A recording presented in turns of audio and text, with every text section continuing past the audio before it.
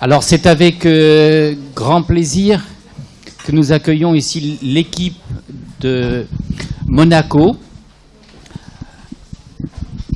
qui va nous présenter en fait un travail transdisciplinaire, c'est-à-dire plus que pluridisciplinaire, des lectures différentes avec des interrogations, un peu à la manière, très fatigué, hein, un peu la manière de la lecture de Jean-Pierre Schuster tout à l'heure, et également avec certainement la pertinence du travail de nos amis suisses. J'aimerais juste dire un mot. Tout à l'heure, il a été évoqué Jean-Pierre Wertheimer, mais ce qu'il faut savoir, c'est qu'il y avait aussi d'autres équipes, l'équipe de Genève, avec Italo Simeone, qui était quelqu'un vraiment de truculent, et que certains ici ont connu, enfin, au minimum Marie-Christine Commandeur qui est là. Et il y avait en fait une vraie rivalité entre les différents centres hospitaliers, et il y avait donc une émulation. Alors ce que je veux dire par là, c'est que nos amis de Monaco vont certainement profiter de cette possibilité de s'exprimer pour montrer toute la qualité de leur travail, de leur interrogation, et le fait de nous mettre au travail un petit peu autrement que par le côté catégoriel, et donc d'approcher la clinique de la psychiatrie de la personne âgée avec cette lecture transversale et qui pourra amener certainement à des progrès au sens de l'approche de la psychiatrie de la personne âgée au sein d'une société française en pleine évolution. Donc un grand merci pour votre travail dont j'ai eu les abstracts et je pense qu'on va être vraiment à l'écoute de ce que vous allez nous raconter. Alors, tout d'abord, le docteur Serena Romani qui va nous faire un exposé sur son travail. Voilà.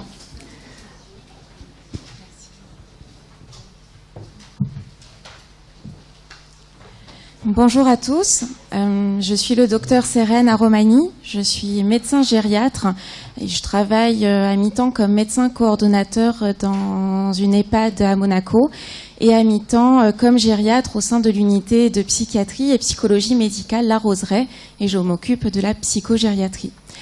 Donc je vais vous présenter la première communication sur la session défis dans les stratégies de prise en charge des patients psychiatriques âgés, prise en charge des résidents atteints de troubles psychiatriques vieillissants en EHPAD, le point de vue du médecin coordonnateur. Je n'ai pas de lien d'intérêt à déclarer. Donc, tout d'abord, en introduction, j'ai choisi de m'intéresser au rapport de l'adresse de 2022 qui s'intéressait aux établissements de santé. Actuellement, une personne sur 10 âgée de plus de 75 ans vit dans un établissement d'hébergement pour personnes âgées. Parmi ce groupe de personnes, 80% vivent en EHPAD et 20% vivent en USLD. J'ai choisi de vous montrer ce graphique qui représente l'âge d'entrée en EHPAD en 2015 sur les lignes qui sont remplies et en 2019 sur les lignes qui ont juste le contour. Et vous pouvez voir qu'en 2019, l'âge moyen d'entrée, des résidents en EHPAD va augmenter et on va être sur des âges de plus en plus élevés, 94 ans, 96 ans, 98 ans. Donc l'âge d'entrée en EHPAD est de plus en plus âgé. J'ai choisi ensuite de m'intéresser au rapport de mission des professeurs Claude Jandel et Olivier de Guérin en date de 2021, qui ont établi 25 recommandations pour une prise en soins adaptée des patients et des résidents en EHPAD et en USLD. Donc, ce rapport rappelle que 12 profils de soins pathos ont été identifiés, et parmi lesquels nous avons le profil P2. C'est le profil que vous voyez qui est surligné en jaune. Ce profil, il correspond à un profil de soins qui nécessite une prise en charge psychiatrique continue. Et vous pouvez voir que tout GIR confondu, le principal profil de soins qui est représenté, c'est le profil P2. Donc nous avons plus de 70% des résidents qui nécessitent des soins de prise en charge psychiatrique continue dans les EHPAD. Sur ce tableau, vous pouvez avoir une autre lecture avec une analyse en 5 classes qui a été réalisée dans ce rapport afin de caractériser plutôt les GIR en termes de profil de soins. Donc la classe 4 en jaune, elle est composée de patients qui présentent majoritairement un profil de soins avec une prise en charge psychiatrique continue. Et la classe 5, elle représente un groupe de patients qui présente exclusivement un profil de soins avec une prise en charge psychiatrique continue. Et en fait, vous pouvez voir sur le graphique, alors je vais vous le lire parce que c'est peut-être écrit petit, et notamment dans la classe 5, la majorité des résidents qui sont dans la classe 5 sont GIR 2, avec 42% de ces résidents. Dans la classe 4, on est à plus de 48%. Donc en fait, ce qui est intéressant dans ce tableau, c'est qu'on peut constater que finalement, le profil de soins psychiatriques ne va pas nécessiter uniquement des soins en santé mentale, mais ce sont des patients qui sont dépendants pour tous les actes de la vie quotidienne. Ici, vous pouvez voir donc les états pathologiques qu'on peut rencontrer en EHPAD. Et par ordre de fréquence, l'état pathologique le plus fréquemment rencontré, c'est le syndrome démentiel, avec presque 66% des résidents qui présentent un syndrome démentiel. Le deuxième en termes de fréquence, c'est l'hypertension artérielle. Et le troisième, c'est les troubles chroniques du comportement, avec plus d'un résident sur 2. On peut supposer donc, avec ces troubles, avec la grande fréquence de ces troubles, que les professionnels qui travaillent en EHPAD, soignants comme non soignants, sont fréquemment confrontés à la gestion de ces états pathologiques neuropsychiatriques. Et donc c'est pourquoi nous avons décidé de faire un travail de recherche afin en premier lieu de découvrir la perception des troubles psychiatriques vieillis par le personnel soignant et non soignant en EHPAD, puis d'identifier les problématiques qui sont liées à la gestion de ces troubles au quotidien, et enfin donner la possibilité à ces professionnels de la santé et du soin, de pouvoir exprimer leurs besoins, d'une part pour améliorer leur qualité de vie au travail, et d'autre part afin d'améliorer la prise en soin des résidents. Donc nous avons réalisé une étude qualitative sous forme d'un questionnaire qui a été diffusé à l'ensemble des professionnels qui interviennent dans les EHPAD à Monaco et dans les Alpes-Maritimes. Ça a été diffusé pendant 1 mois et demi. Donc la méthode de diffusion au sein des EHPAD de Monaco, c'est qu'on a fait passer un QR code pour que les professionnels de santé puissent scanner le QR code et répondre avec leur téléphone portable au questionnaire. Et dans les Alpes-Maritimes, nous avons diffusé le questionnaire dans des associations gérontologiques, donc l'Institut gérontologique des Alpes-Maritimes et l'association Sud Coordonnateur. L'ensemble des données étaient anonymes. Nous avons recueilli les données à l'aide d'un outil, l'outil Sphinx, qui a été mis à disposition par la Direction Qualité et Gestion des Risques du Centre Hospitalier Princesse Grasse. Et nous avons analysé les données avec le soutien de l'unité de recherche clinique du Centre Régnier 3, qui est donc notre unité de gériatrie à Monaco. Au total, il y avait 9 questions semi-ouvertes, certaines qui étaient complètement ouvertes avec un texte libre et d'autres qui étaient sous forme de questionnaires à réponses multiples. Nous avons abordé l'ensemble de ces thématiques, donc le profil professionnel du résident, sa définition des troubles psychiatriques vieillis, la fréquence du contact du professionnel à des situations qui impliquaient des troubles psychiatriques vieillis, le retentissement de ces situations sur la vie professionnelle du répondant, l'identification de facteurs qui entravaient la gestion de ces situations, et enfin la proposition d'amélioration, que ce soit au niveau individuel ou collectif, du répondant. Ici, vous avez un exemple du format du questionnaire que nous avons proposé, avec là, par exemple, un questionnaire à choix multiples, ou encore ici, vous avez un champ libre pour avoir une réponse à texte libre. Donc, les données générales. Au total, nous avons eu 93 répondants et avec un peu plus de 72% de soignants. Donc, vous voyez sur le graphique camembert, les soignants sont représentés en vert. Donc, dans les soignants, il y avait infirmiers, aides-soignants, les paramédicaux et les médecins. Médecins coordonnateurs, mais aussi médecins traitants. Donc nous avions 12 médecins qui ont répondu au questionnaire. Donc la deuxième question, c'était l'effectif de l'EHPAD dans lequel le répondant travaillait. Donc on a vraiment une franche majorité de personnes qui travaillent dans un gros EHPAD avec plus de 50 résidents. Et le type d'unité, on avait 2 tiers de personnes, 2 tiers de répondants qui travaillaient dans une unité ouverte. Alors, à quelle fréquence êtes-vous confronté à des situations impliquant des troubles psychiatriques vieillis? Eh bien, on observe que soignants comme non-soignants, un répondant sur 2 est exposé au moins une fois par jour à des troubles, à des situations impliquant des troubles psychiatriques vieillis. Le côté médical, donc qui a été isolé dans les différentes questions, on voit que l'exposition est moindre. On pourrait supposer que, notamment, le médecin coordonnateur n'est pas dans un soin direct au patient et donc est potentiellement moins confronté à ces situations, moins fréquemment confronté à ces situations par rapport aux autres répondants. Donnez 3 mots qui illustrent selon vous l'expression trouble psychiatrique vieilli. Donc là, on était sur une question ouverte. On a regroupé des mots sous forme de verbatim. On a fait un nuage de mots. Donc la taille des mots est proportionnelle au nombre de réponses. Et vous voyez que j'ai utilisé un code couleur. Vous avez des mots en vert. Ce sont des mots qui correspondent plutôt à l'expression trouble psychiatrique vieilli. Et vous avez des mots en violet qu'on a plutôt associés à l'expression trouble neurocognitif. Et comme vous pouvez le voir, le mot le plus principalement représenté, le plus fréquemment représenté, c'est le mot démence.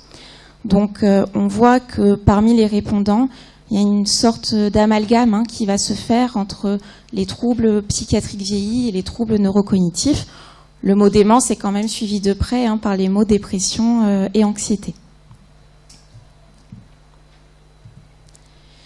Quel retentissement ces situations ont-elles sur votre vie professionnelle? Eh bien, on est agréablement surpris puisque la majorité des répondants apportent des réponses qui sont plutôt positives avec, en premier lieu, elle me challenge et m'oblige à m'adapter. Et en second lieu, elle motive ma créativité et m'encourage à adapter ma prise en charge. Il faut quand même noter que 1/4 des répondants disent être épuisés par ces situations et 15% des personnes disent qu'elles sont impactées psychologiquement et que ces situations leur font ressentir des émotions négatives comme de la tristesse ou de la colère. Concernant les réponses des médecins, on est à peu près sur les mêmes proportions. On voit que eux aussi, il y a 1/4 des répondants qui disent être épuisés. On peut aussi supposer que le médecin finalement est la personne qui va recueillir les doléances de l'ensemble des professionnels et qui donc peut avoir une charge mentale supplémentaire qui pourrait l'épuiser au quotidien. Selon vous, quels facteurs entravent la bonne gestion des situations impliquant des troubles psychiatriques vieillis? Eh bien, on perçoit différents facteurs d'entrave. Pour les soignants, on va identifier plutôt un manque de formation à la gestion de ces troubles, un manque de temps et de disponibilité pour prendre en charge correctement le patient, et également un manque d'effectifs suffisants pour prendre en charge correctement ce patient. Chez les non-soignants, on voit également que le manque de formation, c'est vraiment le premier élément qui ressort au premier plan, mais il y a autre chose qui va se détacher, c'est le manque de personnel spécialisé dans la prise en charge de ce type de patient, avec des répondants qui sont en demande de psychologues, mais également de psychiatres pour intervenir dans ce genre de situation. Les réponses des médecins, c'est un petit peu un mélange des deux. Ce qu'ils déplorent, c'est un manque de formation, un manque d'effectifs. On voit qu'ils sont conscients du manque d'effectifs au sein des EHPAD, pour le manque d'effectifs soignants et non soignants pour prendre en charge correctement ces patients. Mais également, ils déplorent un manque de personnel spécialisé pour les aider à la prise en charge de ces patients. Quelles améliorations pourriez-vous apporter à votre niveau pour optimiser la gestion de ces situations? Alors, j'ai fait le choix de vous montrer 3 exemples de commentaires qui sortaient un petit peu du lot et que je trouvais vraiment très intéressant de vous mettre dans cette diapo. Donc, c'était une question ouverte. Avec un libre choix de réponse. Qu'est-ce qu'on peut observer? Eh ben, on observe que les soignants vont proposer de se former, de se former de façon adaptée. Ils vont également proposer de prendre plus de temps clinique, de consacrer plus de temps clinique aux patients. Et enfin, d'adapter leur prise en charge, de personnaliser leur prise en charge afin d'obtenir une prise en soins individualisée pour ce profil de patient. Les non-soignants vont également, pour la plus grande majorité d'entre eux, proposer de se former à la gestion de ce profil de patient. Ils vont également proposer d'améliorer leur communication avec les patients et aussi d'apprendre à prendre du recul dans ces situations-là pour savoir les gérer au mieux. Vous voyez qu'il y a un petit code couleur. Les items qui ont été surlignés en rose, ce sont les items qui correspondent à une amélioration, mais sur le plan personnel. Tandis que les items en blanc, ce sont des améliorations qui sont plutôt sur le plan institutionnel. À un niveau individuel, on ne peut pas obtenir une augmentation du personnel, on ne peut pas obtenir une augmentation du temps psychologue. Donc on s'est posé la question finalement, est-ce que notre question avait été mal comprise? Est-ce que les gens se sentent moins concernés dans cette proposition d'amélioration? Donc on a voulu faire une petite analyse supplémentaire et finalement qui est plutôt rassurante puisque la grande majorité des répondants font des propositions d'amélioration à titre personnel et donc on sent bien que les gens se sentent investis et sont prêts à leur niveau à apporter des améliorations pour améliorer la prise en soin de ces patients.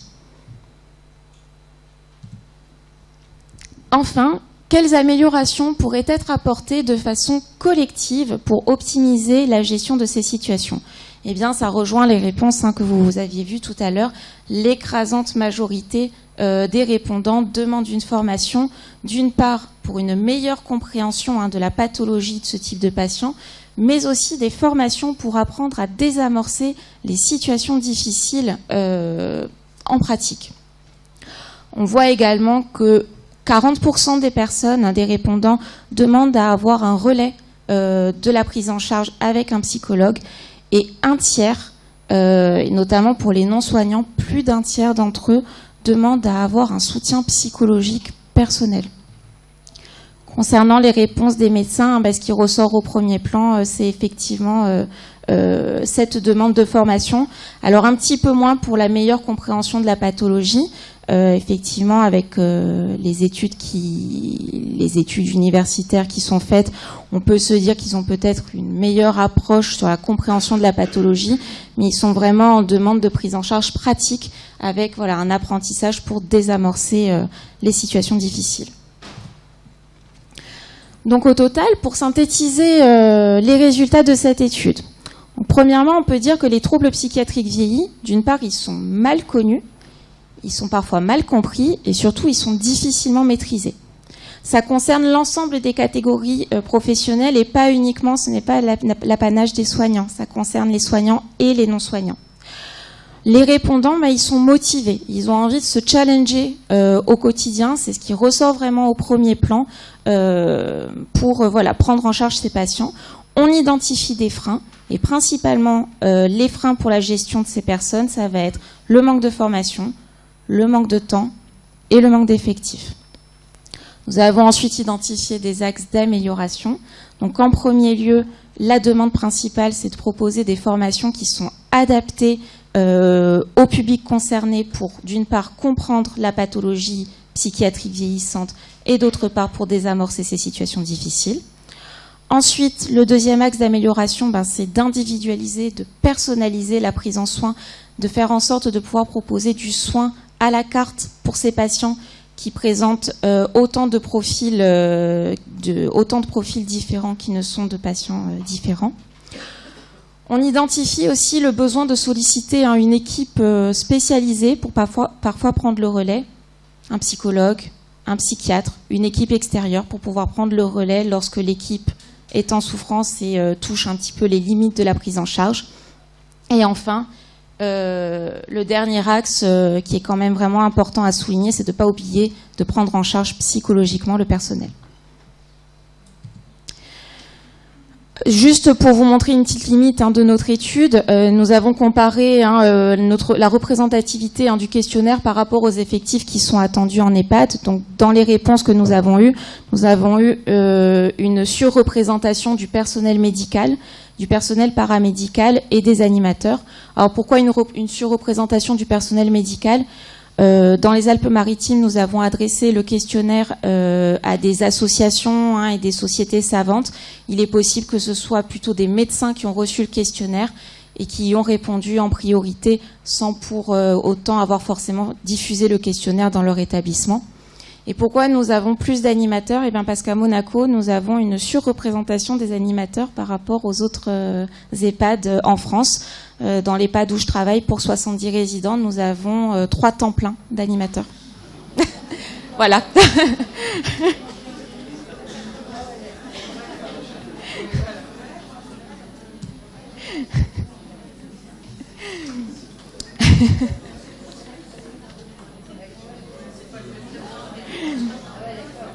Donc, au final, quel est le rôle du médecin coordonnateur dans tout ça ? Parce que c'était quand même la question de base. Quel était le point de vue du médecin coordonnateur ? Eh bien, je me suis replongée dans le rapport de mission des professeurs Jandel et Guérin et j'ai voulu voir quelles étaient les recommandations qu'ils proposaient pour améliorer justement cette prise en soin. Donc, la première chose, ce sont les recommandations qui portaient sur la fonction de médecin coordonnateur. Et donc, il propose de reconnaître cette fonction de médecin coordonnateur comme un expert en gériatrie, et donc à ce titre, qui puisse intervenir sur la structure dans tous les champs de la médecine gériatrique, et dont les prescriptions. On sait qu'actuellement, prescrire en tant que médecin coordonnateur dans un EHPAD, c'est un petit peu compliqué, c'est un petit peu limite, et donc la proposition, c'est de revaloriser justement le poste de médecin co comme expert en gériatrie. Le deuxième item, c'est de majorer le temps de présence des médecins coordonnateurs pour leur fonction de coordination. Donc, pour les EHPAD de 50 résidents et moins, ils proposent un temps de 60% de médecins coordonnateurs. Entre 50 et 80 résidents, 80%. Et au-delà, 100%. Donc, moi, dans un EHPAD de 70 résidents, actuellement, je suis à 50%. Ensuite, il propose des recommandations sur la fonction de médecin traitant en proposant de formaliser les relations avec le médecin traitant et l'EHPAD en signant une charte de bonne pratique par le praticien concerné.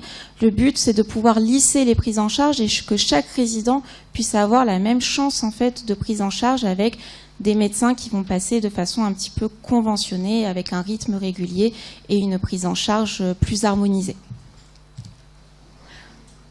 Ensuite, ils font des recommandations qui portent sur la prise en charge médicamenteuse en proposant de réaliser une conciliation médicamenteuse à minima annuelle avec le médecin traitant, le médecin coordonnateur et le pharmacien.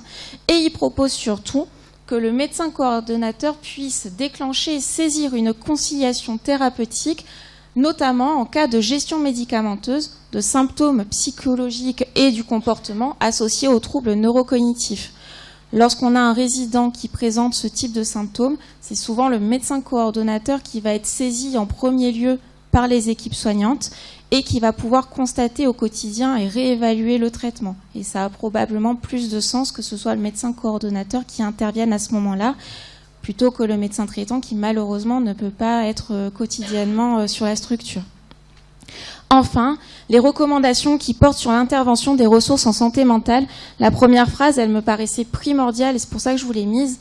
Les troubles cognitifs et psychocomportementaux de la personne âgée relèvent bien et doivent rester dans le champ de la gériatrie.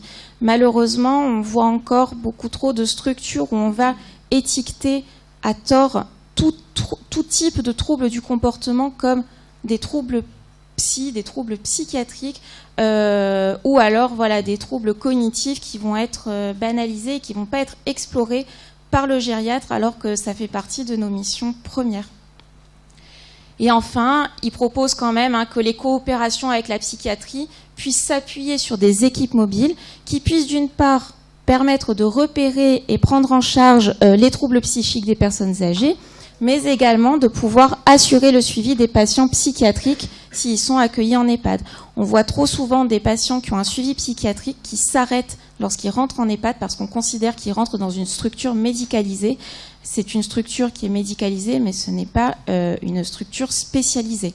Et donc c'est important que les patients qui ont des pathologies spécifiques puissent continuer à relever d'une prise en charge spécifique, comme quelqu'un qui a des problèmes cardiologiques va continuer de voir son cardiologue. Alors, quels projets nous avons mis dans notre établissement ? Alors, ce sont les projets en place et à venir. Donc, tout d'abord, sur le plan général, nous avons proposé de former l'ensemble des professionnels, soignants comme non soignants, par nos confrères médecins de l'unité cognitivo-comportementale du Centre Régnier 3. Ensuite, nous proposons de sensibiliser les professionnels aux ateliers thérapeutiques que nous avons mis en place donc dans mon autre mi-temps au sein de l'UPPM La Roseraie. Donc nous avons créé des ateliers thérapeutiques individualisés à destination des personnes âgées atteintes de troubles psychiatriques vieillis afin de maintenir de la remédiation cognitive, de l'activité physique. Et donc nous voudrions pouvoir sensibiliser les professionnels pour qu'ils puissent à leur tour mettre en place des petites activités sur un temps court pour pouvoir notamment désamorcer certaines situations. Et enfin, nous souhaitons mettre en place des activités intergénérationnelles avec les étudiants de l'IFSI de Monaco pour pouvoir leur proposer une activité plutôt occupationnelle et permettre au reste du personnel, soignants et non soignants, de pouvoir consacrer plus de temps à leur travail propre. Sur le plan médical, donc prochainement, nous aurons une commission de coordination gériatrique avec l'invitation de l'ensemble des médecins traitants qui interviennent sur la structure. Donc ils sont 12. On espère, on n'aura peut-être pas les 12, mais on espère en avoir au moins la moitié pour pouvoir les sensibiliser à cette problématique et pouvoir créer avec eux une convention de prise en soin. Pourquoi pas peut-être leur proposer, pour les attirer un peu plus, ces médecins traitants, leur proposer de se former à la prise en charge des troubles psychiatriques vieillis en institution au titre de la formation médicale continue. Et enfin, le dernier projet qui arrivera tout de suite après le congrès, c'est de créer un livret de prescription des psychotropes pour les patients qui présentent des troubles psychiatriques vieillis, qui sera à destination des médecins et des infirmiers. Et je vous remercie.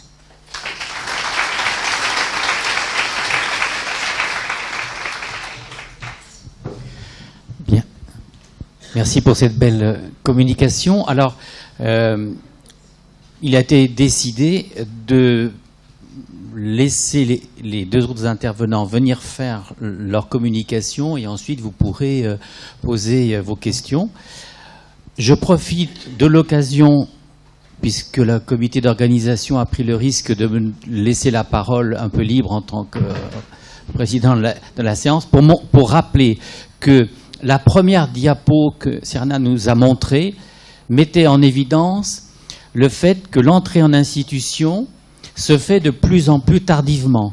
Je ne peux pas laisser passer l'occasion, en tant que psychiatre de la personne âgée ayant travaillé 37 ans en cabinet libéral de psychiatre de la personne âgée, de rappeler aux plus jeunes qu'il existe aussi une déformation pour être en mesure de travailler en libéral avec les personnes âgées, que ce soit les psychologues, les IPA, les ergothérapeutes. Voilà, je voulais simplement rappeler qu'il y a toute une population, il y a toute une clinique qui est très peu connue, très peu de temps de formation vous sont consacrés à cette pratique-là. Je ferme la parenthèse et c'est avec plaisir que je passe la parole à un médecin senior bien engagé depuis de nombreuses années dans la psychiatrie de la personne âgée. Merci pour le médecin senior. Mais bon, merci Frédéric. Effectivement, après Serena, c'est vrai que je fais senior. Alors, comme je suis un médecin senior, moi, je vais débrancher parce que je risque de me casser la figure. Ils connaissent ma maladresse légendaire, donc on va faire ça, parce que je risque effectivement de me prendre les pieds dans les fils. Donc, je vous remercie. Merci à tous d'être aussi présents pour cette session. Sans plus tarder, parce que le titre « Impasse thérapeutique, que peut-on proposer ?» en 20 minutes, c'est déjà un challenge. Donc, on va... je pense que c'est là. Voilà, j'ai pas de déclaration de lien d'intérêt à déclarer au niveau de cette présentation. Donc juste pour faire un rappel de la prévalence, vous voyez aussi des fois que cette prévalence elle n'est pas bien connue, parce que elle diffère d'études avec différentes études. La dépression quand même 10 à 40%, l'anxiété 5-10%, les troubles du sommeil 50%, les troubles psychotiques 1 à 2%. L'abus de substances 1-2%, les troubles bipolaires 0,1 à 0,5%. Mais on voit toute la difficulté des fois d'arriver à avoir des prévalences qui soient de la meilleure qualité possible. Et on voit bien que ça se modifie d'études en études. Et c'est vrai que ces chiffres-là sont toujours à prendre avec des pincettes. Et quand on voit les écarts, on comprend bien pourquoi. Alors, impasse thérapeutique, ça veut dire soit une situation sans issue favorable et qui mène à la fin du traitement, mais aussi une situation de blocage dans le traitement qu'il est possible de résoudre. Donc on va plutôt prendre cette option-là et voir un petit peu quelles sont ces situations de blocage qu'on pourrait arriver à résoudre. Alors, il y a plusieurs challenges, on en a déjà parlé ce matin, et effectivement, la prise en charge des sujets âgés psychiatriques, c'est un vaste sujet. Alors moi, j'insiste toujours, mais la détection et le diagnostic précis des troubles psychiatriques chez le sujet âgé est primordial, à mon avis. Comment vieillissent les patients psychiatriques âgés ? C'est Kevin qui va en parler, mais la détection des troubles neurocognitifs est pour ma part un point extrêmement essentiel chez nos patients qui vieillissent et pour lesquels des fois ça fait plusieurs années qu'on les a pas bilantés.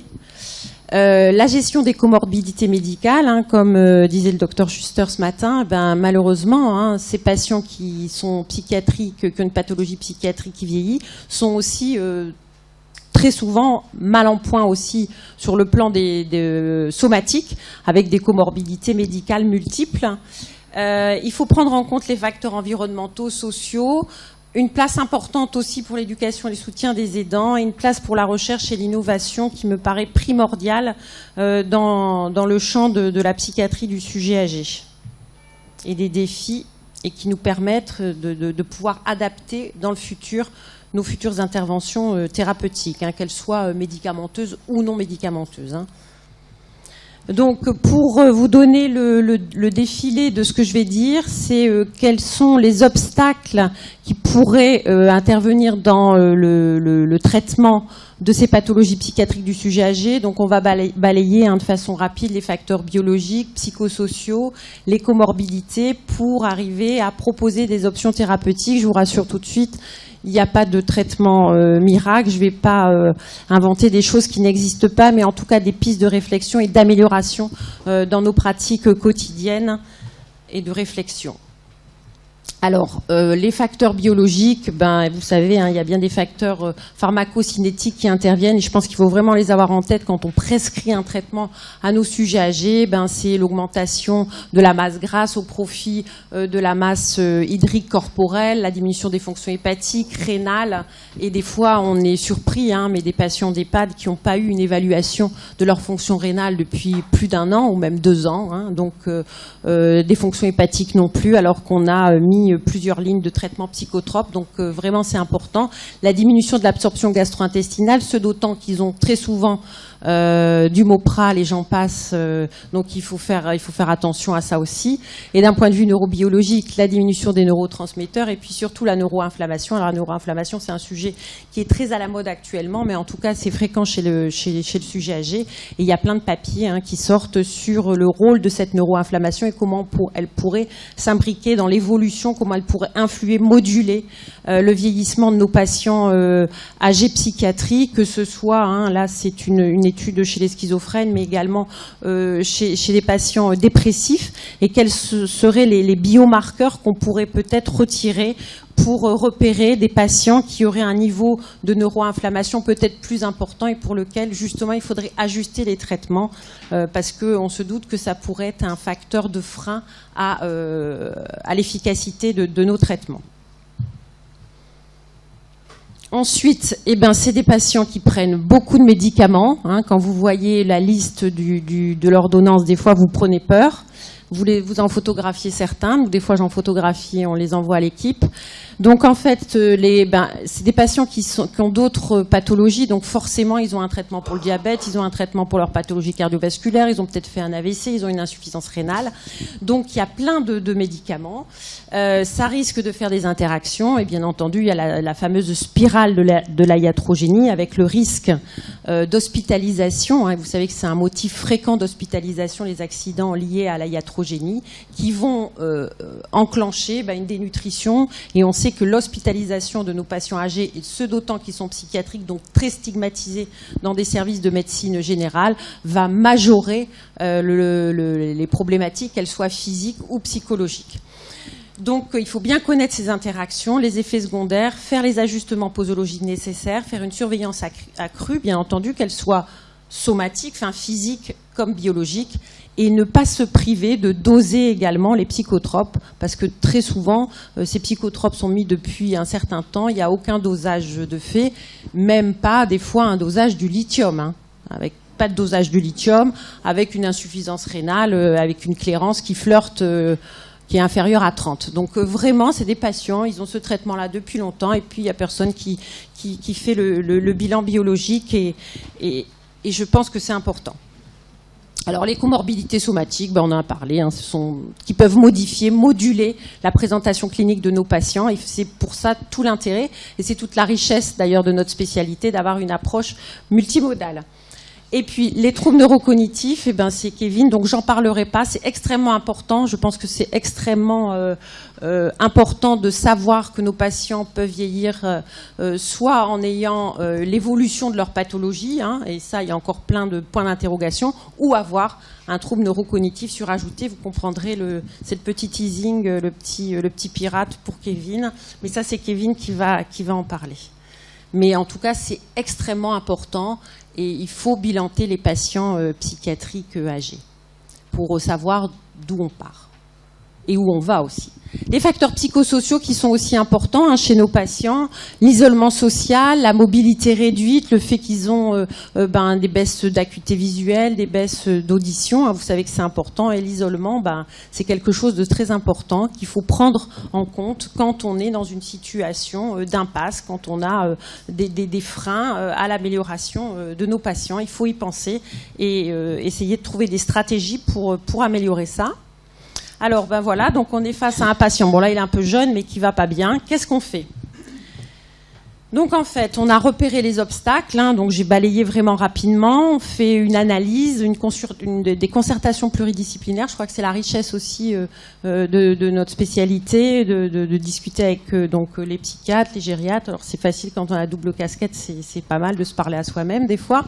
Et puis, avec les neurologues, avec les psychologues, avec les neuropsychologues. Et je pense que c'est vraiment un point important. C'est vraiment une spécialité, la psychiatrie du sujet âgé, où il faut être le plus pluridisciplinaire possible. Donc les traitements non médicamenteux, les thérapies psychologiques, les TCC, le MDR, la réalité virtuelle, il n'y a pas d'études qui prouvent qu'une thérapie plutôt qu'une autre serait plus bénéfique, mais en tout cas il faut y songer et ne pas, on en a parlé aussi ce matin, on voit très bien qu'il y a des patients qui vieillissent, et notamment les schizophrènes vieillissants, à qui on ne va pas proposer de psychothérapie, et je pense que c'est un tort. Les approches sociales et environnementales, l'amélioration de l'environnement, qu'est-ce qu'on peut faire sur cet environnement ? Ça fait partie du traitement. Il n'y a pas que le traitement médicamenteux, il y a également toute cette partie-là à voir, les groupes de soutien, les activités communautaires. Les activités physiques, on le sait, ça, il n'y a plus besoin d'études pour prouver effectivement que les activités physiques sont très importantes pour nos patients. Et quel que soit l'âge à laquelle on commence l'activité physique également, pour sa santé mentale, mais également pour sa santé cognitive, le rôle de ces APA, de ces nouveaux métiers, j'allais dire, qui peuvent également se déplacer à domicile, qui sont en train d'infiltrer également les différents services et les EHPAD. Je pense que ça, c'est un rôle extrêmement important et qu'il faut s'appuyer également là-dessus. Et puis tout ce qui peut être proposé par les neuropsychologues de remédiation cognitive. Et puis, un point à ne pas oublier, c'est l'éducation et l'aide aux aidants, qui est très importante, avec des séances de soutien, des séances d'éducation, hein. Le patient, il n'est pas tout seul, il a un entourage. Qu'est-ce qu'il comprend de la pathologie qui évolue de son proche? Est-ce que si en plus il y a une pathologie neurodégénérative, comment on peut leur expliquer? Qu'est-ce qu'il faut leur dire? Donc ces séances sont très importantes et par exemple il y a des groupes de séances de remédiation cognitive avec des patients et puis par ailleurs il y a la psychologue clinicienne qui va voir les aidants et qui va essayer de faire un travail avec eux pour essayer de communiquer avec eux sur d'éventuelles stratégies d'adaptation, mais aussi faire beaucoup de pédagogie et d'éducation. Donc ça, c'est un pan très important. Quand on parle d'impasse thérapeutique, il faut penser aussi au traitement non médicamenteux. Alors, le traitement médicamenteux, on a des patients qui sont âgés, qui ont souvent des dossiers qui sont à hauteur à peu près du bureau.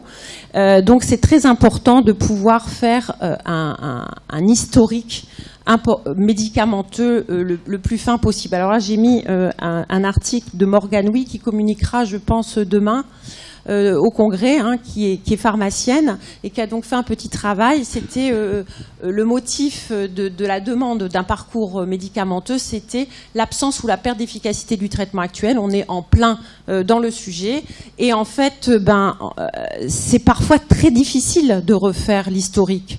Parce que le patient, il a pu demander, lui, à changer le traitement, il a pu avoir une perturbation de son bilan biologique, ce qui fait qu'on l'a changé, mais c'est pas noté dans le dossier. Il a pu changer de médecin aussi, et du coup, il a changé de médecin, il a déménagé.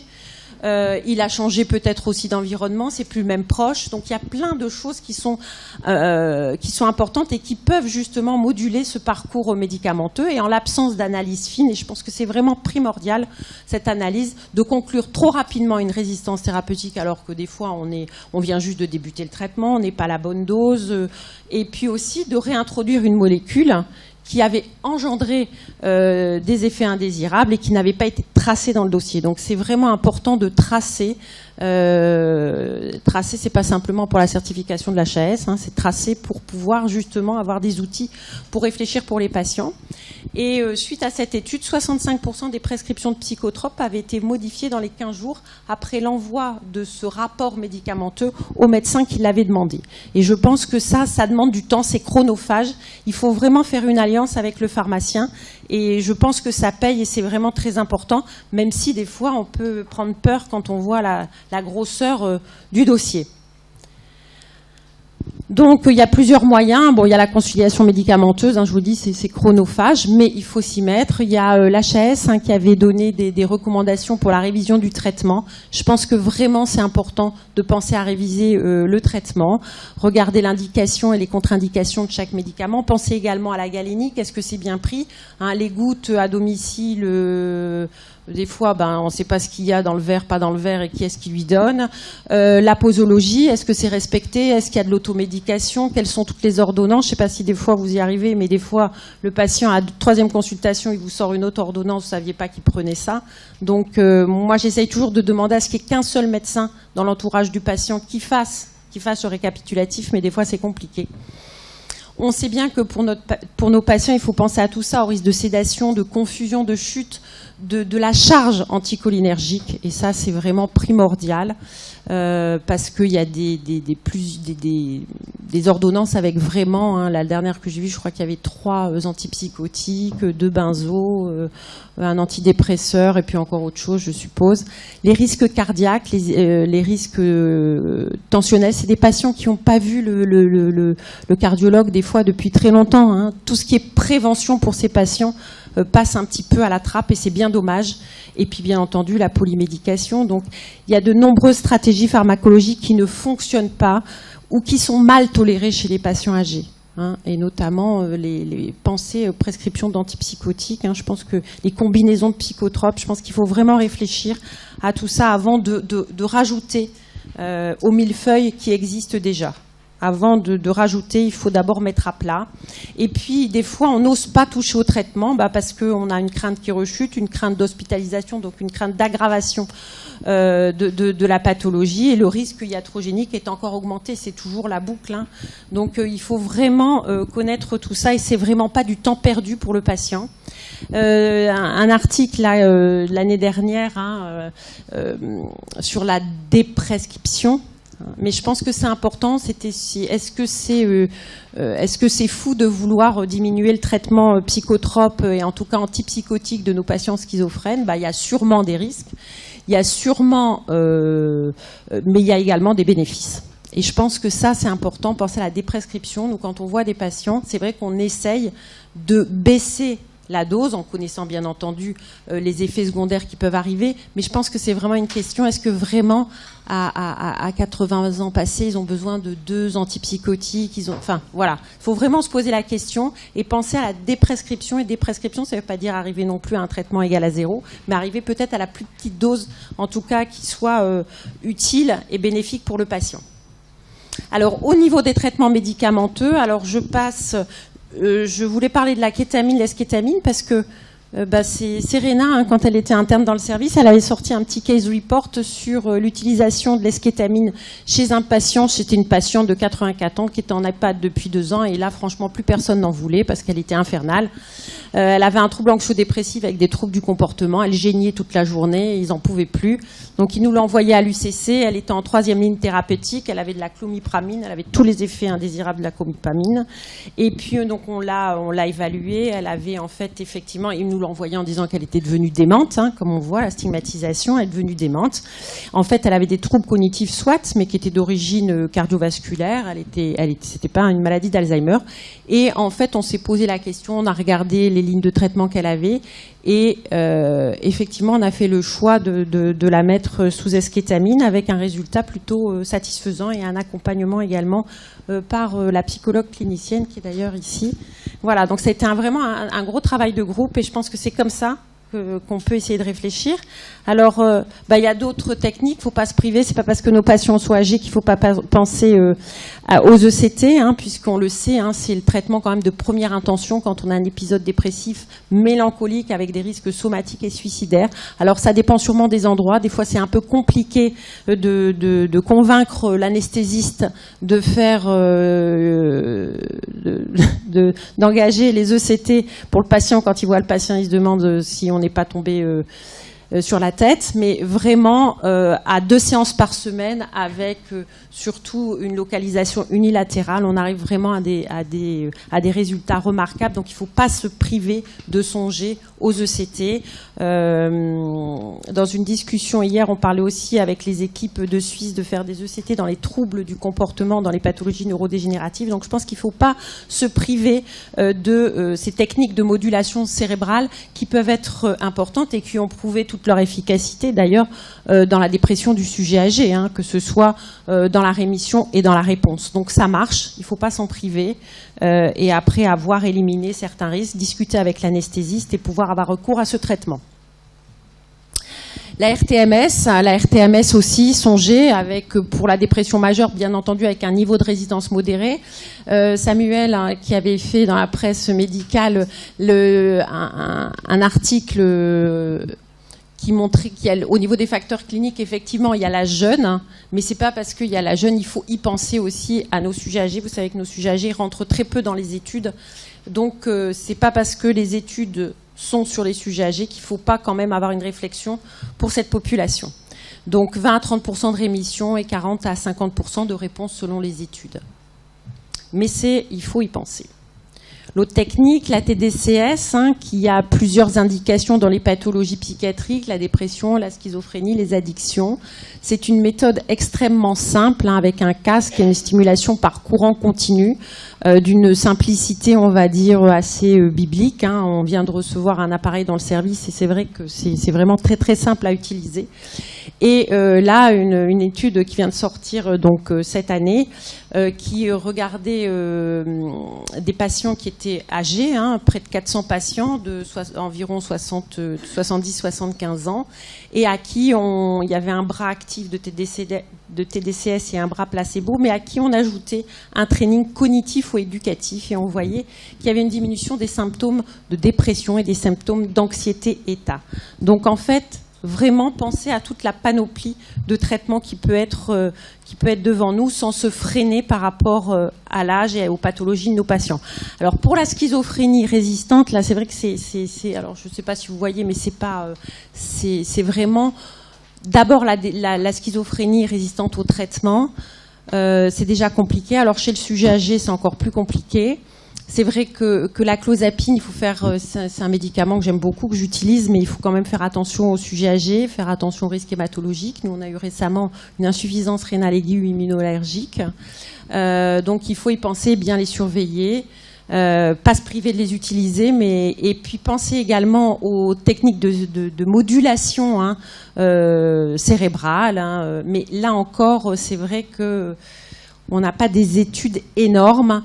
Il y a également des équipes qui travaillent sur la stimulation cérébrale profonde. Et puis sur les psychothérapies, on voit qu'en fait, il y a très peu d'études qui utilisent l'adjonction et l'utilisation des psychothérapies chez ces patients psychiatriques dits résistants. Et puis il y a toutes aussi ces nouvelles, ces articles qui sortent beaucoup sur la psychonutrition et qui sont d'ailleurs tout de suite repérés par les associations de familles et de patients, avec la possibilité d'avoir une autre façon de penser, en tout cas, et d'avoir des adjonctions de certains traitements ou molécules ou nutriments. Les nouvelles, là c'est un article qui fait un petit peu le point, qui est sorti l'année dernière dans le Lancet et qui remettait qu'effectivement dans la dépression résistante, il y a toutes les techniques de neuromodulation, de stimulation, la kétamine, l'eskétamine, les agents anti-inflammatoires, on sait la neuroinflammation, l'importance, et est-ce qu'on ne va pas avoir aussi des traitements qui vont pouvoir avoir un rôle à jouer chez nos patients. Les psychédéliques, on en parle beaucoup, la psilocybine, je n'ai pas vu d'études chez le sujet âgé. Est-ce que ça ne pourra pas être aussi une piste? En tout cas, il ne faudra peut-être pas s'en priver. Et puis d'autres médicaments, la pimavansérie, vous savez, qui a l'autorisation d'utilisation aux États-Unis pour notamment les syndromes psychotiques chez les patients parkinsoniens, mais on l'a pas en France, on l'a en ATU, et qui aurait également peut-être, en tout cas, des études au niveau de la dépression. Donc voilà, il y a plein de pistes qui arrivent et il faut rester à l'écoute pour nos patients. Donc je finis là. Il faut faire, c'est compliqué, on peut prendre le paperboard à la fin, mais je pense que c'est vraiment important pour nos patients. Il faut faire un diagnostic précis, parce que des fois on dit il est psychotique, mais on ne sait pas si, vraiment c'est pas précis. Il faut vraiment être le plus précis possible. De la pathologie psychiatrique, des troubles cognitifs sous-jacents, et donc ça c'est Kevin va nous en parler. Est-ce qu'il y a une pathologie neurodégénérative sous-jacente, ou est-ce que c'est autre chose? Des comorbidités. Un patient qui n'est pas bien suivi sur le plan cardiaque, vous allez avoir du mal aussi à l'équilibrer. Il faut reprendre le parcours complet médicamenteux. Ça prend du temps, mais c'est payant. Et le parcours complet également non médicamenteux. Est-ce qu'il y a eu déjà des thérapeutiques non médicamenteuses qui ont marché? Lesquelles? Qu'est-ce qu'on peut mettre en place? Des fois, on peut discuter des prescriptions hors AMM, le méthylphénidate, Samuel en a parlé tout à l'heure pour les dépressions apathiques, le Cifrol, le Pramipexole. Voilà, donc il faut des fois penser aux prescriptions hors AMM, bien entendu, en discussion collégiale, mais ne pas, là aussi, se priver de ces traitements. Et puis toujours donc décider et se concerter en pluridisciplinaire. Je pense que c'est vraiment le plus important. Donc, vous voyez, j'ai essayé de balayer de façon très rapide, mais ne pas fermer les portes aux nouvelles prises en charge et à toutes les thérapeutiques qui sont actuellement disponibles pour nous. Voilà, je vous remercie. C'est bon, j'ai pas dépassé. Merci.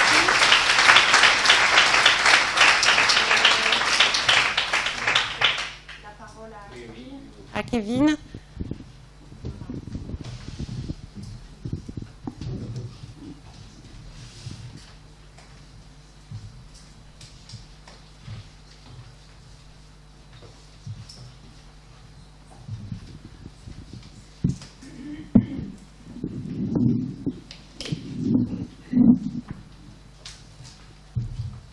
Donc bonjour à tous, merci pour l'invitation, merci d'être très nombreux pour la session, ça fait plaisir. Et j'espère que vous êtes bien éveillés, vous avez pris un bon café parce que j'ai que 20 minutes pour vous parler de tout ça, de ce très vaste sujet. Merci Sandrine. Et donc dans ce topo, je vais vous parler de 3 choses principalement. Je vais vous parler des liens existants entre maladies psychiatriques et maladies neurodégénératives. C'est un peu le fil rouge de ce congrès. Des manières de les distinguer parfois en cas de diagnostic différentiel. Et enfin, je vous parlerai rapidement de 2 prises en charge non médicamenteuses efficaces sur les troubles du comportement, qu'ils soient d'origine psychiatrique ou neurodégénérative. Alors, a priori, on se demande quels peuvent être les liens entre ces 2 types de pathologies. Les maladies psychiatriques chroniques, en moyenne, se mettant en place à l'adolescence, l'adulte jeune, tandis que la maladie neurodégénérative arrive beaucoup plus tardivement, à l'exception des DFT. Seulement, lorsqu'on regarde la littérature, on se rend compte que le fait de faire une pathologie psychiatrique chronique est un facteur de risque de faire une maladie neurodégénérative ultérieure. Et vraiment, lorsqu'on regarde le spectre des âges auxquels peuvent apparaître ces différentes pathologies, on se rend compte qu'il y a vraiment un très gros overlap à partir de l'âge adulte jusqu'à la fin de vie, où ces 2 pathologies peuvent se développer. Et donc, il peut être difficile de distinguer une maladie neurodégénérative d'une maladie psychiatrique. Un trouble psychiatrique peut être en fait le prodrome d'une maladie neurodégénérative débutante. Et surtout, comme le dit le martel, le docteur Louchard dans le service, on peut avoir un œil de verre et une jambe de bois. On peut donc avoir les 2 pathologies en même temps. Alors, ces différentes maladies psychiatriques ne prédisposent pas de la même manière à faire une maladie neurodégénérative plus tard. Les 2 pathologies qui exposent le plus sont le trouble bipolaire et la schizophrénie, suivi de pas si loin que ça en fait de la dépression chronique. Et pour les troubles anxieux, la littérature est très hétérogène, à l'exception du trouble de stress post-traumatique. On reviendra dessus tout à l'heure. Alors là, j'ai pris une méta-analyse, mais il y en avait plein, j'ai pris la plus récente, donc pour vous illustrer un peu ce propos. Donc on voit, pour la dépression, il y a beaucoup d'études. Le fait de faire une dépression chronique va est lié au fait de faire une démence ou une maladie neurodégénérative ultérieure. C'est le cas aussi pour les troubles psychotiques. C'est moins net pour les troubles anxieux. D'accord, je vais décaler l'ordi. Ok. Alors, ce qui est intéressant de savoir, c'est que plus le trouble psychiatrique est chronique, plus le risque de développer une démence ou une maladie neurodégénérative, je fais la distinction entre les 2, vous comprendrez pourquoi plus tard, plus le trouble est chronique, plus le risque augmente. Alors, je parle de maladie neurodégénérative, mais y en a-t-il en particulier qui se détachent du lot ? Alors, si on met toutes les maladies psychiatriques ensemble, elles prédisposent principalement à faire une maladie d'Alzheimer ou une démence vasculaire. Mais les résultats sont un peu biaisés de toutes ces études parce que vraiment, les études qui s'intéressent à la dépression sont très majoritaires. Et quand on regarde les chiffres en détail, c'est surtout la dépression qui augmente ces risques de maladies neurodégénératives. Donc là, on va vraiment se focaliser sur la dépression seule. Et il existe beaucoup d'études cette fois-ci. Et effectivement, le risque de développer une démence vasculaire est augmenté, enfin, le risque est de quasiment x3, 2,70, maladie d'Alzheimer x2. Et il existe des sous-groupes de patients, en fait, chez les déprimés chroniques. Donc, en particulier, les femmes qui font une dépression chronique après 45 ans ont un risque x8, d'accord, à peu près, de faire une démence vasculaire et x4,6 de faire une maladie d'Alzheimer. 3 facteurs aggravant ce risque ont été identifiés. Le fait de faire une dépression tardive, au-delà de 60 ans, le nombre d'épisodes dépressifs et la sévérité des épisodes. Donc on voit qu'il y a une espèce d'effet un peu toxique de la répétition de ces épisodes sur l'augmentation du risque de faire une démence. Alors, passons à la schizophrénie. Alors là, si c'était assez clair pour la dépression, là, on va aller dans le fantastique. Là, je vous parle que des patients qui déclinent tous cognitivement, d'accord ? Tous les patients que je vais vous présenter maintenant, que ce soit la schizophrénie ou avant la dépression, le trouble bipolaire, ils ont tous des pentes, d'accord, en déclin cognitif. Alors, chez les schizophrènes, il n'y a pas de lien entre le déclin cognitif et le statut amyloïde, d'accord ? Il n'y a pas non plus de lien avec le statut tau, ok ?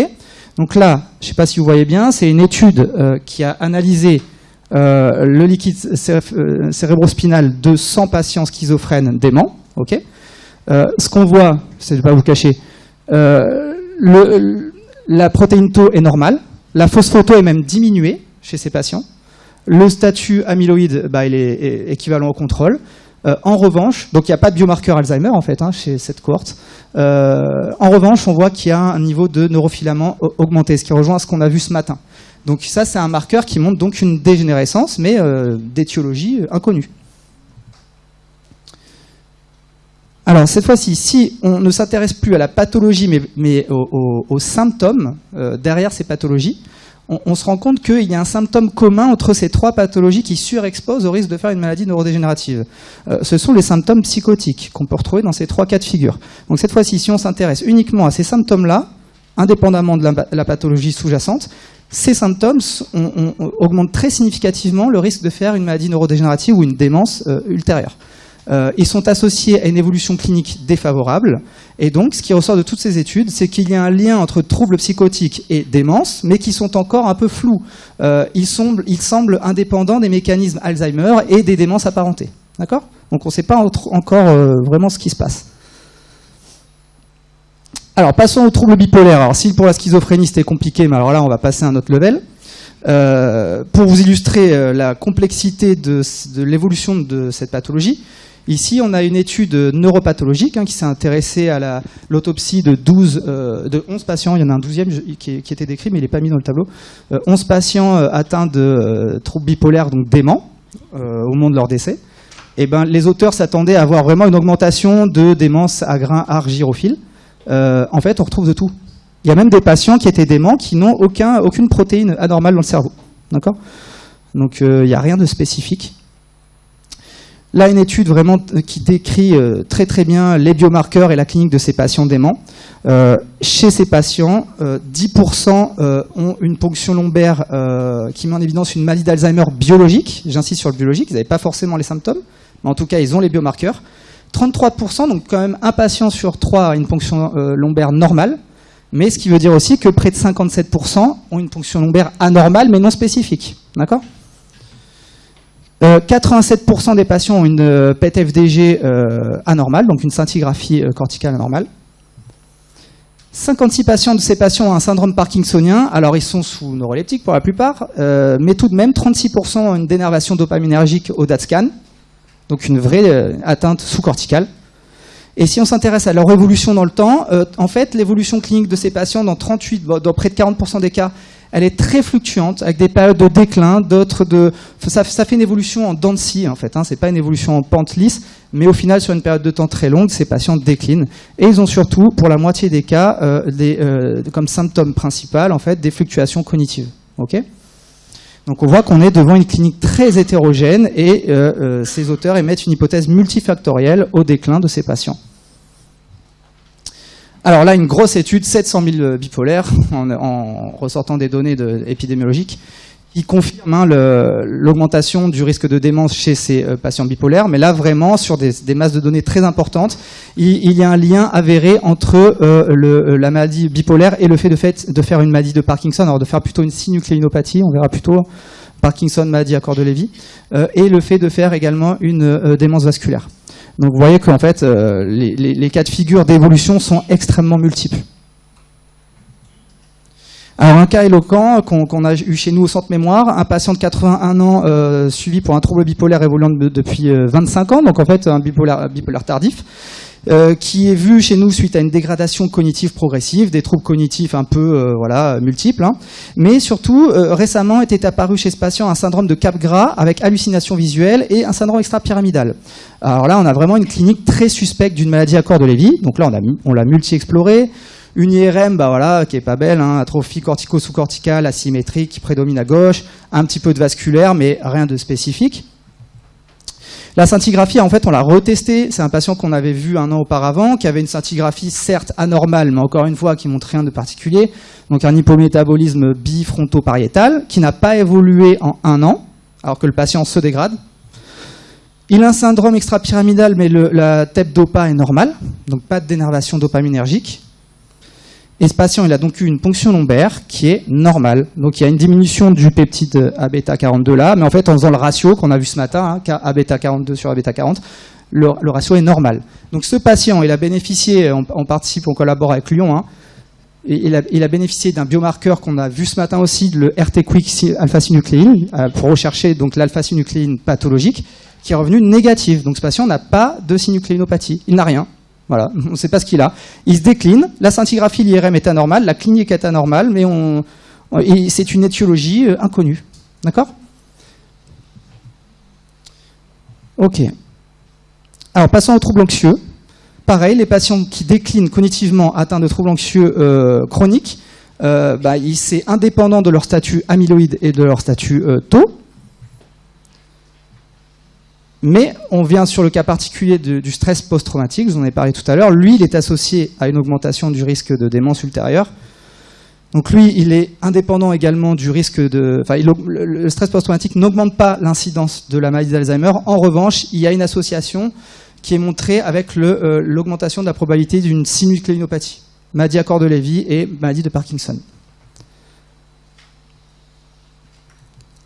Donc un petit schéma qui résume tout ça.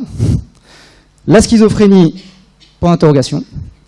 Les patients qui déclinent semblent suivre une trajectoire dont l'étiologie nous est encore inconnue, multifactorielle probablement, à moins que la schizophrénie en soi soit, on en reparlera après, un modèle un peu atypique, dégénératif.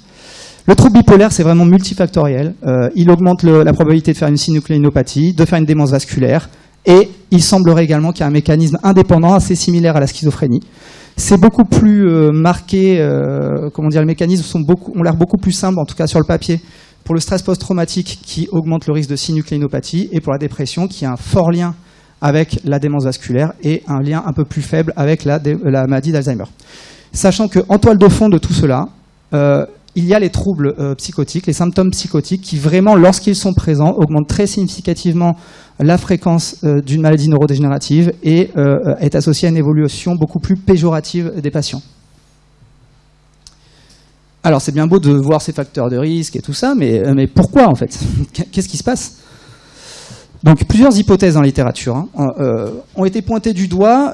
Tout d'abord, l'effet des traitements psychotropes au long cours sur le cerveau. C'est des patients qui ont des médicaments depuis, on a vu, l'adolescence, l'âge adulte pour certains, adultes jeunes. Alors la littérature est assez pauvre là-dessus, parce qu'il y a peu d'études qui suivent comme ça, de manière extrêmement longue, l'effet de ces traitements. Il y a quelques trucs sur les anxiolytiques quand même, et il semblerait que les anxiolytiques au long cours n'augmentent pas le risque de démence ultérieure à l'âge avancé. Seulement, on sait que les anxiolytiques augmentent les facteurs de risque cardiovasculaires, et on sait aussi, on l'a vu ce matin, les patients psychiatriques ont une plus mauvaise santé cardiovasculaire. Donc on peut penser qu'indirectement, les traitements psychotropes, en particulier anxiolytiques dans ce cas-là, augmentent la probabilité de faire une démence vasculaire. Alors, on a vu aussi ce matin, avec la présentation de Stéphane Raffard, les patients schizophrènes qui avaient une réserve cognitive insuffisante à l'origine de troubles cognitifs. Alors, l'hypothèse de la réserve cognitive insuffisante, elle est assez forte, parce que toutes les études qui comparent des sujets psychiatriques à des contrôles, que ce soit sur des essais cliniques comme ça, pour tester un médicament ou une fonction, ou une prise en charge, ou les études longitudinales, systématiquement, le groupe clinique, il a des performances cognitives plus faibles. D'accord ? Si on les suit sur de nombreuses années, en fait, ils vont décliner, mais en parallèle des témoins. C'est-à-dire qu'ils ne vont pas décliner forcément plus vite. Ils partent de plus bas. D'accord ? Donc forcément, si vous les investiguez plus tardivement, la fréquence de démence est plus élevée. Et vous allez dire, il y a plus de démence. Mais oui, mais il fallait regarder déjà avant comment ils étaient. Voyez ? Donc, on peut se demander si au final, les pathologies psychiatriques chroniques ne vont pas créer une sorte de vieillissement accéléré. D'accord ? Donc, l'exemple éloquent de la schizophrénie. Donc là, c'est une courbe du développement des performances cognitives au cours de la vie. On voit que la pente en fin de vie, en fait, elle est relativement parallèle au sujet contrôle. Okay ? Et donc forcément, si on regarde là, là, il y a plus de démence chez les schizophrènes que chez les contrôles. Okay ? Donc, c'est de là que vient l'hypothèse du vieillissement cognitif accéléré, mais on peut se demander aussi si finalement cette pente, elle ne reflète pas la charge vasculaire qui s'est accumulée à cause des traitements, on l'a vu avant, ou est-ce qu'au final, la maladie psychiatrique chronique, et en particulier la schizophrénie, ne serait pas une maladie neurodégénérative en soi, qui commencerait dès la petite enfance, on l'a vu ce matin, ils ont des performances cognitives dès la petite enfance déficitaires. Ces individus en fait ne parviendront jamais à créer une réserve cognitive suffisante, donc ils ont un système beaucoup plus vulnérable qu'ils exposent peut-être avant le premier épisode clinique justement à faire ces épisodes de troubles psychotiques, d'accord, sur un système beaucoup plus fragile, et qui les surexpose par conséquent à faire un mécanisme neurodégénératif. Donc on va rester sur cette hypothèse de troubles chroniques, troubles psychroniques et maladies neurodégénératives. Il y a d'autres données qui viennent appuyer cette idée-là. On sait que le nombre, la durée et l'intensité des épisodes cliniques, en particulier les troubles psychotiques, toujours les mêmes, ont un effet neurotoxique sur le cerveau. Et donc, il y aurait un mécanisme un peu neurodégénératif comme ça, chaque épisode venant léser le cerveau les uns derrière les autres, avec des lésions qui vont s'accumuler au cours du temps. Alors là, on parle de la schizophrénie, mais on a la même chose dans la dépression chronique. Donc là, je vous mets des courbes d'évolution de performance cognitive sur 14 ans de patients déprimés chroniques, 69 000 quand même. Donc, ils se dégradent tous, mais on voit que ceux qui se dégradent le plus vite, c'est ceux en rouge qui ont la dépression la plus sévère chronique, ceux qui restent tout le temps à niveau sévère, et ceux en violet, c'est ceux qui ont une dépression en aggravation constante. D'accord ? Les autres qui ont des troubles légers en bleu ou en amélioration, en vert, ils se dégradent moins vite, mais ils se dégradent quand même. Donc on voit cette idée de neurotoxicité chronique comme ça, qui amène à une dégradation progressive. Surtout que, dans le fond, les pathologies psychiatriques et neurodégénératives partagent beaucoup de mécanismes neurobiologiques pathologiques communs.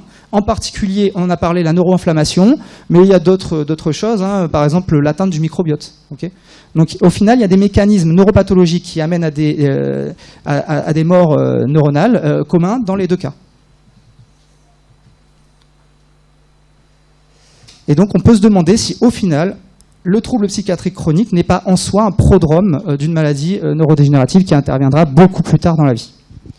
Alors c'est vrai que quand on parle de prodrome de maladie neurodégénérative, on s'intéresse, dans la clinique de tous les jours, on s'intéresse aux troubles qui ont précédé vraiment les troubles cognitifs de quelques mois, quelques années. On se dit tiens, ça commence par une dépression, ça commence par une agitation, et puis après ça a migré vers autre chose. Donc ça, c'est le commun de la plupart des maladies neurodégénératives. Là, je vous ai mis les plus fréquentes. Regardez, peuvent toutes commencer par tous les troubles neuropsychiatriques les plus communs, en fait. Hein, anxiété, dépression, troubles psychotiques, etc. Alors, comme je vous ai beaucoup parlé des symptômes psychotiques, je vous propose de rester sur ceci. On sait que 15% des personnes âgées vont développer des troubles psychotiques, d'accord ? À l'âge avancé. Donc ces troubles psychotiques, dans 60% des cas, ils ont une origine neurologique. Les autres, c'était le traitement médicamenteux, l'abus d'alcool, les choses comme ça. Et dans ces 60%, l'immense majorité, ce sont des maladies neurodégénératives qui sont derrière, en fait. Avec en tête de liste la maladie à corps de Lévy, suivie de la maladie d'Alzheimer pour les idées délirantes, et la maladie de Parkinson pour les hallucinations visuelles. Alors du coup, quand on a affaire à un sujet vieillissant qui a des troubles psychotiques, comment les distinguer comment on peut faire la distinction entre un trouble psychiatrique tardif ou une maladie neurodégénérative? Alors, selon moi, il faut essayer de trouver des arguments neurologiques, d'accord? Parce que généralement, quand ces patients ont un trouble neurodégénératif qui s'exprime par le comportement, ils n'ont jamais que ça, en fait. Il faut chercher des troubles infracliniques, okay? Infracliniques qui sont beaucoup plus fréquents dans la maladie neurodégénérative que dans le trouble psychiatrique. Donc, par exemple, un patient atteint de troubles psychotiques, je pense déjà dans un premier temps, il faut analyser la qualité de son sommeil. D'accord ? Vraiment, si vous avez le combo symptômes psychotiques plus troubles du sommeil paradoxal, ce qu'on appelle les RBD, alors là, vous avez une spécificité pour une maladie à corps de Lévy qui est proche des 100%. D'accord ? Un autre moyen d'étudier des symptômes très très fins, c'est d'étudier l'oculomotricité. Alors c'est quelque chose qui se fait de plus en plus. Vraiment, il y a beaucoup de CHU équipés maintenant. Nous, on fait ça depuis 8 ans maintenant, 9 ans. Étudier les mouvements oculaires, c'est étudier le fonctionnement cérébral dans son ensemble, mais plus précisément le tronc cérébral et le cervelet. C'est très simple, hein, c'est le patient, pendant un quart d'heure, regarde des petites lumières et puis c'est fini, hein, c'est très facile. Si vous mettez en évidence vraiment des profils hautement suspects d'une pathologie parkinsonienne typique ou atypique, la probabilité d'un trouble psychiatrique, quand même, elle s'atténue. Alors, il y a un cas particulier de la DFT.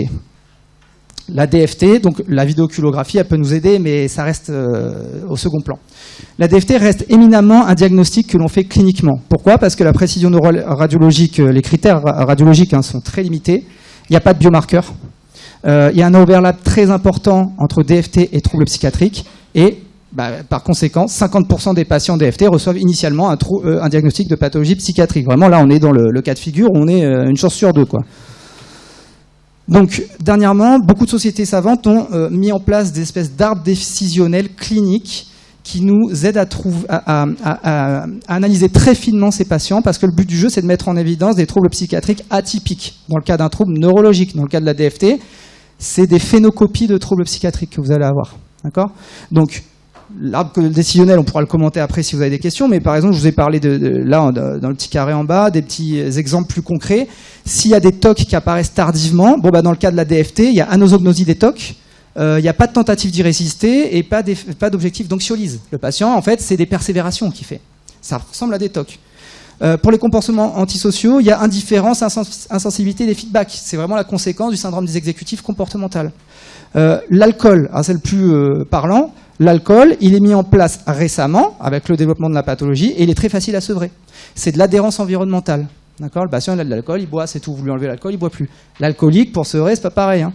Le diogène, il accumule des objets. Encore une fois, c'est les conséquences dites exécutives, de désorganisation. Il n'y a pas de méfiance à laisser les gens rentrer dans son domicile. D'accord ? Donc voilà, il faut chercher des atypiques cliniques. Donc ça nécessite une analyse clinique très fine. Seulement, c'était trop simple. Récemment a été mis en évidence le phénocopie syndrome de DFT comportemental. Alors, il n'y a pas de nom français. C'est des patients qui ont des troubles du comportement lentement progressifs, mais dont les biomarqueurs neuroradiologiques sont normaux. Pas de troubles à la scintigraphie et pas d'atrophie particulière à l'IRM. Alors là, on est en plein flou. On est dans ce cas de figure-là. Est-ce que c'est une maladie psychiatrique atypique tardive ? Est-ce que c'est une DFT comportementale atypique ? Est-ce que c'est une autre maladie neurodégénérative qu'on ne connaît pas ? Alors, certains patients ont été vraiment multi-explorés. Et surtout, encore une fois, quand c'est des troubles psychotiques qui se mettent en place lentement progressifs, il se trouve que ces patients avaient des mutations C9orf72 et du gène codant la progrannuline. Donc, on avait en fait des DFT TDP43. Donc, une sorte de DFT très lentement progressive. Ce n'était pas une maladie psychiatrique. Alors, on a parlé du sommeil, l'oculomotricité, on a parlé de la clinique très fine. Un autre travail qui a été fait dans notre service par une interne en médecine, c'était le fait de suivre dans le temps l'évolution du profil à la scintigraphie. On a pu démontrer que dans 81% des cas, lorsqu'un patient venait avec une présentation psychiatrique, le fait d'avoir pu retester la TEP18-FDG avec un délai minimum d'1 an nous a été utile dans le diagnostic différentiel. Donc là, je vais vous montrer deux cas très concrets. Deux femmes de 71 ans, dépression résistante. Elles viennent parce qu'il y a un déclin cognitif progressif. Là, c'est leur scintigraphie initiale. Les deux, elles sont subnormales, on va dire. Il n'y a rien de particulier. Très similaire. 1 an plus tard, elles ont continué à se dégrader cliniquement. La première, sa scintigraphie s'est nettement dégradée. Cette fois-ci, on a évoqué le diagnostic de maladie d'Alzheimer. La seconde, la scintigraphie est restée normale, voire même s'est améliorée légèrement dans certaines zones. Donc là, on a conclu le diagnostic de démence, état dépressif sévère. D'accord ? Je vous le dis pas, mais en fait, les deux avaient une ponction lombaire qui était positive au biomarqueur Alzheimer. Ça, on en rediscutera en discussion si vous voulez. C'était une maladie d'Alzheimer biologique et pas clinique. Alors, un petit résumé, très vite. Qu'est-ce qui fait pencher la balance pour le côté dégénératif par rapport au côté psychiatrique ? Donc, je vous ai dit 4 points, selon moi. La clinique, il faut vraiment examiner très finement les patients pour mettre en évidence des troubles psychiatriques atypiques. Okay ? Il faut mettre en évidence des troubles neurologiques associés aux troubles du comportement pour vraiment faire des arguments en plus pour le côté neurodégénératif. Je vous ai dit, le sommeil paradoxal, c'est très important, très spécifique des synucléinopathies et les troubles oculomoteurs qu'on retrouve dans de nombreuses pathologies neurodégénératives et dans la plupart des cas, pas dans les maladies psychiatriques.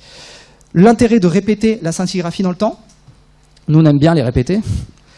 Et dans les cas de patients très lentement progressifs, vous êtes dans le flou complet. Il faut pas, surtout si c'est des troubles psychotiques qui apparaissent, il faut faire un dépistage génétique. Ok, alors, on a vu les liens, on a vu un peu comment les distinguer, mais comment on prend en charge ce type de troubles ? Alors, très rapidement, 2 choses. Déjà, il faut savoir qu'on l'a vu ce matin aussi, ce sont les troubles du comportement qui vont le plus significativement impacter l'aidant familial. Donc, si l'aidant familial ne va pas bien, le patient ne peut pas rester au domicile, c'est pas possible. Okay ? Donc, l'aidant familial est notre allié thérapeutique dans cette histoire. Les troubles du comportement vont impacter l'aidant bien plus que les troubles cognitifs ou la perte d'autonomie. Donc, il faut viser vraiment les troubles du comportement. Alors, ces 10 dernières années, on a vu vraiment pas mal de littérature. Le docteur Louchard en a parlé là sur la neurostimulation des troubles. Ok, j'ai fini là. Des troubles psychiatriques chroniques. Donc là, elle a parlé de la RTMS. Là, un petit mot sur la TDCS, qui a montré son efficacité dans la schizophrénie, que ce soit sur les symptômes positifs ou les symptômes négatifs, mais également dans la dépression résistante. Et des papiers sont aussi sortis sur les TOC, le sevrage alcoolique, et même le sevrage à la cigarette. J'ai vu. Des papiers sortent en ce moment là, ça sort assez régulièrement sur des effets bénéfiques sur les troubles du comportement, également dans les maladies neurodégénératives. Donc là, c'est sur la maladie d'Alzheimer. RTMS et TDCS sont mis ensemble parce qu'il n'y a pas beaucoup de papiers, mais ça sort. Et il y a pas mal de travaux en cours sur les troubles psychotiques dans les synucléinopathies. Nous, on travaille là-dessus aussi, là pour la maladie à corps de Lévy. Alors, une autre piste intéressante, c'est la remédiation cognitive de la cognition sociale. D'accord ? C'est une capacité qui est altérée dans toutes les pathologies psychiatriques et dans toutes les pathologies neurodégénératives. On le sait, on a mis en évidence que lorsqu'il y a un trouble de la cognition sociale, cela va provoquer des troubles du comportement. Et inversement, les troubles du comportement vont provoquer des troubles de la cognition sociale. D'accord ? Et il y a un entretien comme ça entre les deux. Et il se trouve que beaucoup d'études, lors des 10-15 dernières années, ont montré qu'il était possible d'améliorer, de rééduquer cette fonction dans les pathologies psychiatriques chroniques. Et là, dernièrement, on a montré qu'on pouvait l'améliorer dans les maladies neurodégénératives également. Donc nous, dans le service, tout bêtement, on a appliqué des méthodes qui sont dans la schizophrénie. On l'a appliqué chez des patients avec maladie d'Alzheimer. Et qu'est-ce qu'on a montré ? C'est ce que vous voyez ici, que ça marche, les performances en bleu. On a amélioré les capacités de reconnaissance des émotions faciales. Elles se maintiennent dans le temps. On nous soutenait que ça ne se maintiendrait pas chez les patients avec troubles neurodégénératifs. Ça se maintient. Et en parallèle, qu'est-ce qu'on observe ? Effondrement des troubles du comportement et du fardeau de l'aidant. D'accord ? Donc notre idée, là, c'est ce qu'on va faire prochainement, c'est d'essayer de potentialiser la remédiation de la cognition sociale avec en même temps des séances de TDCS sur le cortex préfrontal pour voir si on ne pouvait pas augmenter un peu plus et faire durer cet effet un peu plus longtemps dans le temps. Voilà, merci beaucoup.